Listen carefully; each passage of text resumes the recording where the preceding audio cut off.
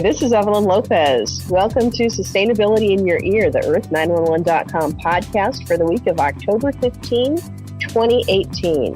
We are coming to you recorded at the marvelous Moonyard Recording Studio in Tacoma, Washington, although only Doug is in the studio today. This week, we're going to talk about recent articles and reports on climate change, big news, and we want to focus on plants. We will also be answering your Earthling questions. So who do we have with us today? Mitch Ratcliffe, our Earth911 publisher. Mitch, where are you today? Well, I'm working from home and, of course, in beautiful Lakewood, Washington, the rainy part of the world. Very good. We also have our Earth911 writer, Sarah Lozanova. Sarah, where are you today? Hi, I'm in beautiful Mid-Coast, Maine. Lovely. And what kind of weather are you having in Maine today? It's sunny and warm, surprisingly. Nice. Is that unusual, or is that part of the climate change? Well, I wouldn't quite call it climate change per se. We've had a lot of cold, rainy weather lately, so we have a little break in the clouds today. Good. That's nice. Well, and I'm coming to you from a lovely bed and breakfast in Napa, California. It's the Candlelight Inn, and it's very, very beautiful. And I'm here for a couple of days of vacation with my husband, and it is very lovely outside. It's sunny. It'll probably hit about 80 degrees today, and I think I'm going to do a little bit of work poolside this afternoon. Well, that is the best time of the year to be in Napa. Absolutely. It's probably hot as Hades during the summertime, but it's lovely right now. Yeah, so the fall is the very best. And you know, what I've been seeing, we were talking about this before we went on air, is that it seems like both spring and fall in the Northwest at least arrived 2 weeks early. And so we are starting to see some of the impacts of the half degree of temperature increase that we've seen. Yeah. So that is a good stepping off point, Mitch. Before we get into our regular format, I thought we'd briefly talk about the big story this week. I know it was in the New York Times and the LA Times, and it's this new UN report on climate change. So, frankly, it's not good news. It looks like we will start seeing the very concerning impacts of climate change a whole lot sooner than we expected. Well, and I think, it's so the Intergovernmental Panel on Climate Change at the UN released this report on Monday, although the news broke on Sunday evening, saying essentially we have 12 years, is the way that's been summarized, 12 years to respond to the climate changes that we're facing.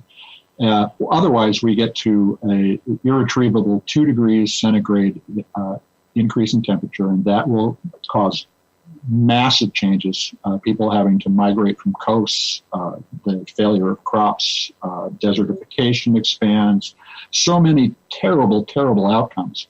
But the other element of the report, and hopefully it'll have this effect everywhere but the White House, because the White House is impervious to intellectual impacts, is to really spur people to make this change. And there are plenty of businesses and plenty of governments around the world that are already seriously trying to deal with this. And even the United States has lowered its carbon emissions. But we have to go further. And that was the underscored point of the report. We have to move. The report, it's just, it's very concerning. You know, I have it up in front of me, the New York Times article, and it says that the atmosphere, if things continue as they have been, the atmosphere will warm up by as much as 2.7 degrees Fahrenheit or 1.5 degrees Celsius above pre-industrial levels by 2040. I mean, and it says, you know, what that means is inundating coastlines and intensifying droughts and increasing poverty. And I'll tell you, you know, when I look at that, I just think 2040. I mean, that is just really soon. And it makes me kind of feel a little bit like, boy, I mean, is there anything I can do?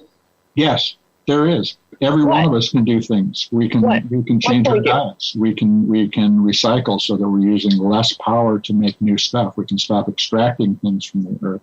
Mm-hmm. We can change the way we use energy. Sarah, for instance, has spent the last several years, creating a genuinely zero emission or near zero emission home, for instance. I think there's plenty of things that we can do.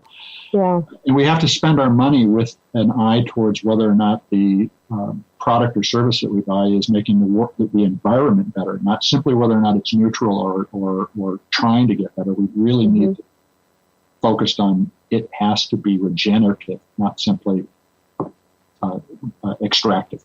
Yeah, I think that's right. And I think, too, for me, my background is politics and the law. And for me, I think the importance is really talking about this and talking about strategies and things that can be done, because that will help both our lawmakers and our, social leaders come up with plans that we can then implement. Unless people believe, first, that this is going to happen, it's real, and secondly, that there's something that can be done to stop it. That kind of information piece is really critical into getting people mobilized into action to take steps to make changes.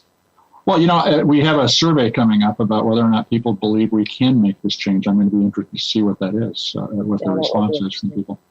Yeah. Sarah, what do you think? I mean, particularly from the perspective of your long investment in sustainability as an individual and a family, how do you see that report?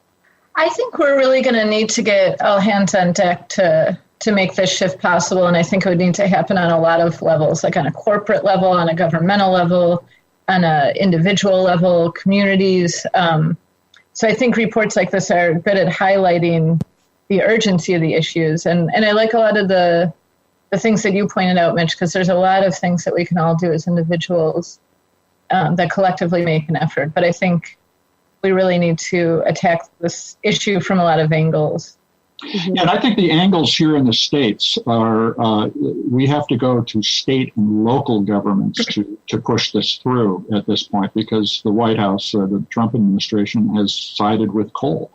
And one of the things that, there's a related story that came out last week. It was an EPA environmental impact statement. It was a 500-page report in which the EPA said casually, well, the temperature is going to rise 7 degrees, and there's nothing we can do about it. So let's just try to make the best, which was a stunning reversal of the position that the Trump administration has taken, that climate change is human-caused.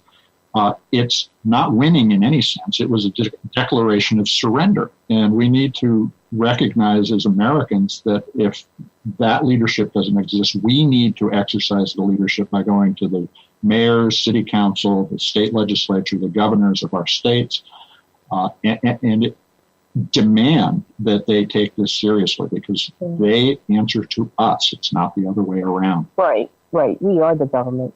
Well, we have it in us to do this. So, when this country and I'm thinking England, my family that was in New Zealand, in the 1930s, 1940s, mobilized all the resources. I mean, all the resources. Kids were turning in their tin toys.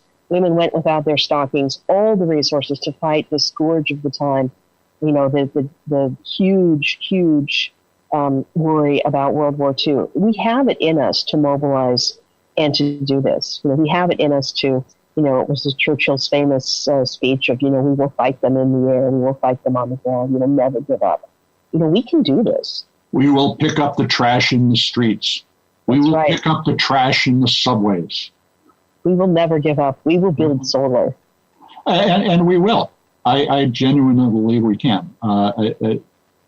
Reports like this underscore the importance. The problem is that because they come and go, and there's not a consistent communication around what can be done from something like this, which hopefully Earth911 is helping to provide. That's also a function of the press's fleeting attention. Yes. And they need to be very focused on this too. And I think Bloomberg, for instance, the Washington Post is another, are really starting to cover this as a serious, widespread issue rather than a specialized problem. And we have to get past the idea that we're doing this just for the good of things. It's not a feel-good project. It's a survival project.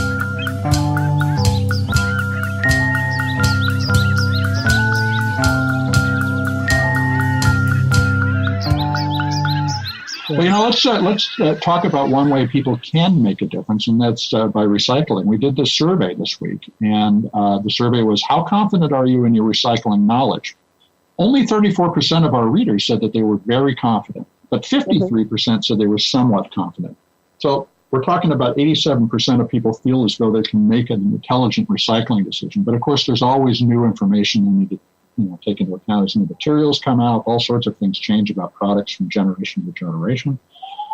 That's where we can spend a lot of our social capital, is in sharing the information and investing in the time to clarify what are complex problems and give people simple actions that they can take. And so that's why we have started to introduce more shopping guides and other things on Earth911. It's really about using your consumer dollar to send a message every time you spend that you don't want waste. I think that's really important. When I look at these survey responses, and this is so 34% say I'm very confident, 53% I'm somewhat confident, and then we have 11% saying I'm often unconfident and 2% saying I'm very unconfident. But, that big number, that 53%, if you can move them into very confident, then they share the information. Yep. And that makes a big change. Well, and I see the Earthling community that we have is like computer enthusiasts 30 years ago. They're sustainability enthusiasts. They're taking what are well-established processes inside some businesses and starting to extend them into the rest of their life. The trick with the 53% of people who are somewhat confident is that they are also what we call aspirational recyclers. They'll throw everything into the recycling bin, which is a problem. And so it's knowing what goes into which bin, how to process it, or to recognize that it doesn't go in the bin at all. We will have an interview coming up in a few days on recycling phones. And this is something that you don't want to put that phone into your curbside if, in fact, you ever were to do that, because it's unsafe for the recycling worker who might have it explode on them in the machinery, but it's also a waste of the material in the phone not to have it recycled. And so you have to make a good decision. Otherwise, you're literally throwing gold, platinum, and other raw materials that are going to have to be extracted from a mine somewhere into the trash. And that's ridiculous at this stage in our society. Good. Well, we'll look forward to that. We have another quiz up, or a survey up right now, that is, the question is, have your local recycling rules changed this year? And we don't have results yet, so there's still time for people to weigh in on that, and we will talk about those results next time. Yeah, and that's an area where we know there are a lot of changes going on because we see them reported by our users. They send us notes saying that the information in our databases needs to be changed because somebody made a decision in a municipal program, and we encourage everybody to let us know about those things so we can share the information. Yeah, that'll be really interesting. Well, and we wanted to mention we've got 3 interviews up right now, recent interviews up on the Earth911.com website. The first with Jekka Glassman, General Manager of SodaStream. The second with Steve Bush, the CEO of Reclaim, which is an Atlanta-based recycler. And the third with Magnus Jern, the chief water drinker at the London-based Tap Water. So, Mitch, you've done these interviews. What can you tell us about them? What should we be listening for? Well, both Tap Water and SodaStream talked about the use of replaceable plastic or reusable plastic over single use. And they emphasize how many plastic bottles and cans you can reduce each year by using either their SodaStream Fizzy Water Maker or the Tap Water water faucet. And I'm particularly impressed with the Tap water faucet because it is actually a completely decompostable filter. If you've ever done a Brita filter change, you know there's a lot of plastic there, and that doesn't break down in a landfill. The Tap water filter breaks down in a landfill. It'll even break down in your own yard composting. It takes a little while longer. And they designed the entire filter to be as biodegradable as possible. So the only things that aren't biodegradable on it are part of the main body and the metal screw that screws it onto the faucet. So they're really thinking about how to take the unrecyclable elements out of the design, and I'm looking forward to seeing great things from them. The Reclaim interview was really interesting. Steve Bush founded Reclaim about 5 or 8 years ago. To focus on capturing CFCs when you're recycling refrigerators and air conditioning units.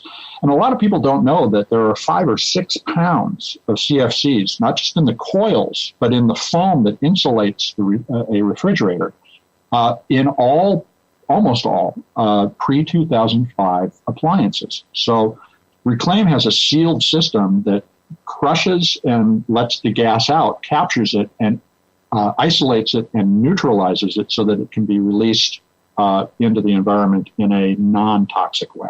So really important, and I love the fact that his mission is that no refrigerator should reach a landfill. It's a great interview. Yeah, I thought that was really good. I thought it was very insightful, too, that he sort of commented that, so many people have an old refrigerator that they just stash in the garage or the basement to hold, maybe some extra milk or some sodas and things like that, and you don't even think about it. But there's actually a lot of old technology sitting around in people's houses. So it's nice that there's an option for getting rid of it properly. Absolutely. So let's talk about our Earth911 stories. Well, I thought this week we'd talk about plants. And especially with fall here, we've got leaves falling, we've got gardens that need to be put to bed. And Sarah, I thought you could talk about a couple of those stories. Yeah, now is a great time to give kind of a second thought to your garden. It's a time that a lot of people are actually putting their gardens to bed. And so there's a few tips that we wanted to make readers aware of. One is that some of the plants in your garden might be able to endure some colder temperatures, and you might be able to keep them going for a while. Like kale is a great plant to keep going. If you have some kale in your yard, depending on your climate, you can often keep kale going through a few frosts without even putting any protection on it. Arugula can often do well in cold temperatures as well. And then another tip that many gardeners like is to try to cover some of their crops to extend the life of their garden. So something like putting on a hoop structure, for example, can protect some of your plants against cold temperatures and high winds. So you might be able to get a few extra tomatoes out of your garden in the fall, or peppers, or some of those plants that aren't so cold hardy. Mm-hmm. There's some good book recommendations in there as well. The recommendation of Nikki Jabour's Year-Round Vegetable Gardener was a good read. I took a look at it. That's great. Well, what about, so I've been thinking of putting together in my yard an extra pot of things that actually grow over the winter, and I'm hoping that I can do like kale and maybe some Brussels sprouts, but I don't know if I can do more than that. Yeah, arugula is another one that can be pretty cold hardy. Spinach as well, but I've definitely had the best luck with kale. Really? Even though I'm up in Maine, I've had kale into the middle of pretty much until it gets completely buried in snow and I can no longer find the plant. Wow. And so if you wanted to extend it even longer, could you like cover it with some straw or something like that? Yeah, or sometimes buckets. I've done that. Taken buckets out and put them over plants when I thought we would be getting below freezing temperatures. Some people I've seen take blankets or sheets as well. Like it's not necessarily important if you're just trying to extend the growing season by a week or two to buy materials. You might even have some materials that you can use. Another thing to keep in mind too when you're clearing out the garden is wildlife, creating wildlife habitat. Like a lot of people tend to just clear everything out of a bed, and that's not necessarily the best for your soil and also for bugs and birds and other wildlife. So one of the things that I tend to do, I do clear out the vegetable garden, but a lot of the perennials I'll leave intact in my garden, and I really notice a difference, especially with birds. I'll see the birds, in late winter and early spring when there's very little other food out there. They'll be munching away at some of the seeds on my perennials. So that's another good tip, is just to really consider what needs to leave. Definitely any diseased plant material, you want to get that out. And generally people recommend clearing out vegetable patches. But some of the some of the wildflowers or perennial flowers, those oftentimes can be left.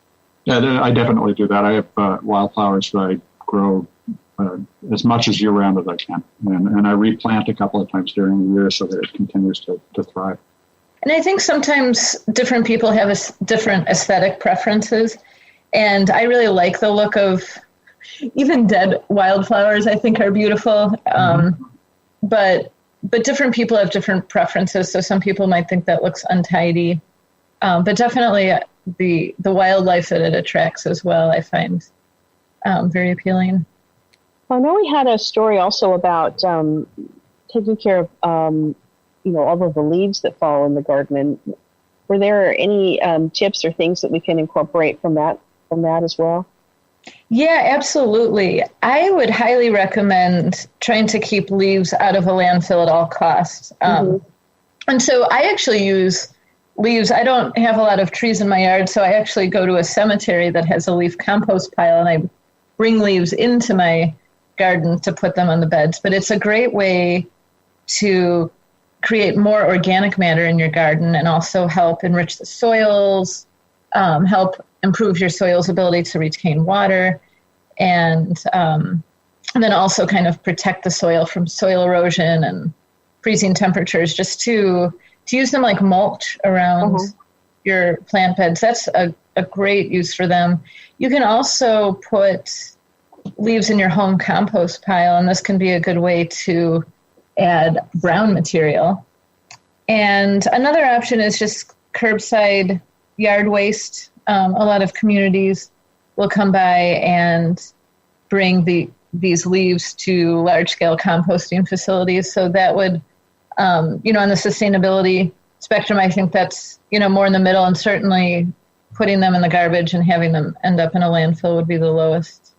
Yeah. The mulching option is a really good one, particularly for somebody who's lazy about it as me, because all you really need to do is mow the leaves over. And I do that both in my yard and in the garden, and it produces a nice mulch every year. There's a lot of assumption that you have to rake all these things up, bag them up, and send them out. That is literally the old-fashioned way to do this. You can keep your leaves in your lawn. And that can be a lot more work and not necessarily have any benefit. If anything, it's sort of sending away a lot of your resources. Another tip is you can take piles of sticks and kind of build them up, maybe kind of at the back of the garden or something, and that can create wildlife habitat as well, like shelter for little critters. That's a good idea. So we have a maple tree in the backyard with small leaves, thank goodness, but it pretty much blankets everything. If I do just tend to rake it up and put it into yard waste. But if I want to use it as a mulch for my other parts of my garden in the beds, should I try to do anything to break the leaves down, or do I just pile them up on the garden? Mitch, did you say that you mow them first and that breaks them up and then you rake them? Is that how you do it? I kind of rake them to where I want them to be, but I mow my lawn with the leaves on it. Yeah. And so that would make it probably the size of grass clippings almost? Yeah. And it settles nicely into, particularly on my lawn, to fill in areas that didn't grow well over the summer too. Okay.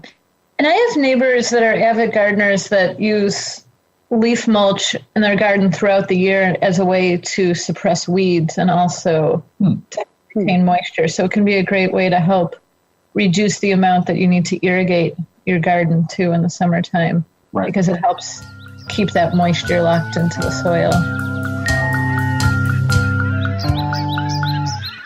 Well, Mitch, we have a story on napkins and tissues made from sugar cane rather than trees. You want to tell us about that one? Yeah, sure. And this is part of a wide-ranging move by companies to start to provide sustainable products. In fact, just last week, Seventh Generation introduced the first completely recycled detergent container that they make, and they introduced it in a form where you get a very concentrated laundry detergent, so that you don't have to buy a 100-ounce bottle. You can buy one that anybody can lift. But that efficiency is being built into all sorts of the products that we use around the house. Now, toilet paper is an essential thing, and we should learn to use less of it. And it's questionable whether we need paper napkins or paper towels all the time, and we should be judicious about it. But now you don't necessarily have to have a tree cut down to have those products in your house. And so there are a couple of companies that we covered in this article. Emerald brand just introduced a whole line of eco-friendly disposables and cleaning supplies that are made from bagasse, or bagasse, which is a leftover residue, I'm not sure how to say it, from sugarcane juicing. So it's the fibers of the sugarcane. They break that down and use that to make their paper products. We've also recently covered a couple of other companies. True Green Enterprises is another company. We did some interviews with Terry Lehman, their founder, a couple of months ago. And they're introducing not only compostable recycled paper products, but bamboo straws to get rid of the plastic straw problem. So we really urge folks to go out and look at these brands, 7th Generation, Emerald Brands, and True Green Enterprises when they're looking for really sustainable household products. It's a lot of progress. It's just a matter of finding these things.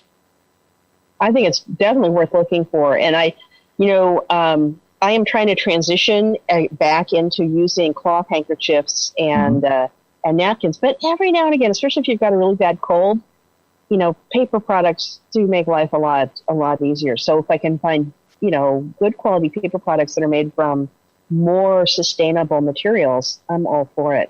And I think that we should definitely decide that material is pronounced bagasse. Is it? Okay. I don't know. I don't know if it is, but I think calling it bagasse is not good. We'll cut that right out. Or not. People might want to know how to pronounce it. You might want to know how poorly my French works. I don't know. I don't know if it's bagasse, but I think that may be the better choice. All right, the last story that I wanted to touch on today is one that we have up now, and it's about having exotic natives, particularly hardy orchids, growing in your yard. And I thought this was interesting because what I thought was, if you are someplace where winter becomes rather bleak, it's nice to have a little green project in your house that you can start thinking of for spring. And so this article talks about orchids that are available that will grow in your yard. Now, a special caveat, do not go out into the woods and find beautiful lady slipper orchids and dig them up. First, in most places that is illegal. Many orchids are endangered. And secondly, those orchids live in a unique ecosystem where they are reliant upon the particular soil, fungi that may be in the soil, and they will not do well in your home garden. Instead, there are a couple of businesses that are noted in the article. One is the North American Orchid Conservation Center that has information on more than 200 orchid species. And another excellent website is Botany Boy, which maintains a list of orchid suppliers. And Spangle Creek Labs is another orchid grower. Look to those, do some online research, and find out which orchids will grow in your area, and then maybe start them, baby them over the winter inside, and then transplant them in the spring to your garden and see if you can get some orchids to grow. I would love to do this. I have a plant-eating cat, so I may or may not be able to achieve it, but I am very interested. The plant-eating cat really threw me at the end there. You were not expecting that, were you? No. So I love orchids, and it would be really great to be able to grow some in my own yard. But I've always thought of them primarily as an indoor plant, like you were saying, and it's a fun plant to grow. So, except for this whole problem with planting cats, I think it sounds like a great idea. I think you should give it a try. The lady slippers are very beautiful, and unusual looking. And so that would be kind of fun to get some of those, especially if you've got a shady corner. And, in Western Washington, usually our yards are not lacking in shady corners. Mine's all shady corners. Yeah, exactly. Yeah. Well, so those are the stories we had to focus on, but any other issues you want to bring up before we move on to Earthling Questions? We're getting more stories about how to make these kinds of choices every week, and we hope people will continue to tune in to the site and to the podcast to learn about them. But we've been taking a kind of focus approach with each of the episodes, and I think this has really been interesting. Getting ready for the winter, getting ready for next year's planting. If there are ideas that folks out there would like us to address, please send a suggestion at feedback@earth911.com, and we'd be happy to put together a show about those topics. So, Evelyn, great job curating. Let's see if we can get some folks to make some suggestions about other topics we can talk about. That would be fantastic. Well, let's turn to Earthling Questions then. Okay, then. Well, our first question is from Joseph, and on Facebook, Joseph asked, how do you safely dispose of mercury? Well, Joseph's question is very general, and I believe he's actually talking about mercury, the material, rather than things that contain mercury. And there's a distinction there. A lot of people are familiar with the mercury in thermometers, for instance, and how it balls up if you break it. And that is an extremely toxic substance. Unfortunately, people used it in commercial productions of everything from gold to top hats at various times and have been literally driven mad by contact with it on an ongoing basis. So you want to be very careful with mercury, and you want to be aware of the things that have mercury in them, like CFL light bulbs, some button batteries, and other kinds of products that you wouldn't think had mercury, and that also need to be handled by a household hazardous waste facility. So this is not something you can toss in your curbside or put in a jar and think that it's going to be okay. You do need to take it down to a household hazardous waste location and have it and identify it for somebody so that mercury doesn't get loose into the environment. Yeah. And we have on our Earth911 website, in our recycling guide, a whole how-to of how to recycle items containing mercury. And it's very helpful information. But yeah, the bottom line is mercury is highly toxic, highly hazardous, and needs to be disposed of properly in a hazardous waste facility. Yeah, don't touch it if you break a thermometer, for instance. So use some form of pickup tool, paper, and brush it with paper. Don't touch it with your hands because it does get into the folds on your fingers. Terrible, terrible. Our next question is very interesting. Jeff in Denver asked, are dentures recyclable? Dentures? Well, so this is a tough one. I mean, the materials in a denture are theoretically recyclable, but the denture itself is a highly personalized product that was designed for somebody's mouth. And so it's very hard to reuse these. And we looked all over the web for recycling programs. We don't have any denture recycling programs that we found in our database in the United States, but we did find one through a site called Synonym in Japan. And so Japan is the place you can send your dentures for recycling. The Japan Dentures Recycling Association is at 350-8799 Kawagoe Post Office, Stop, Japan. And that is a program that will reconfigure the denture for somebody else's use. They'll get in there with a drill and try to make it work for somebody else. I can't imagine that that's a huge business, and here's the reason why. Dentists make money from the adjustments. What we really probably need to do is encourage our dentists to recycle the materials when we bring in these old dentures.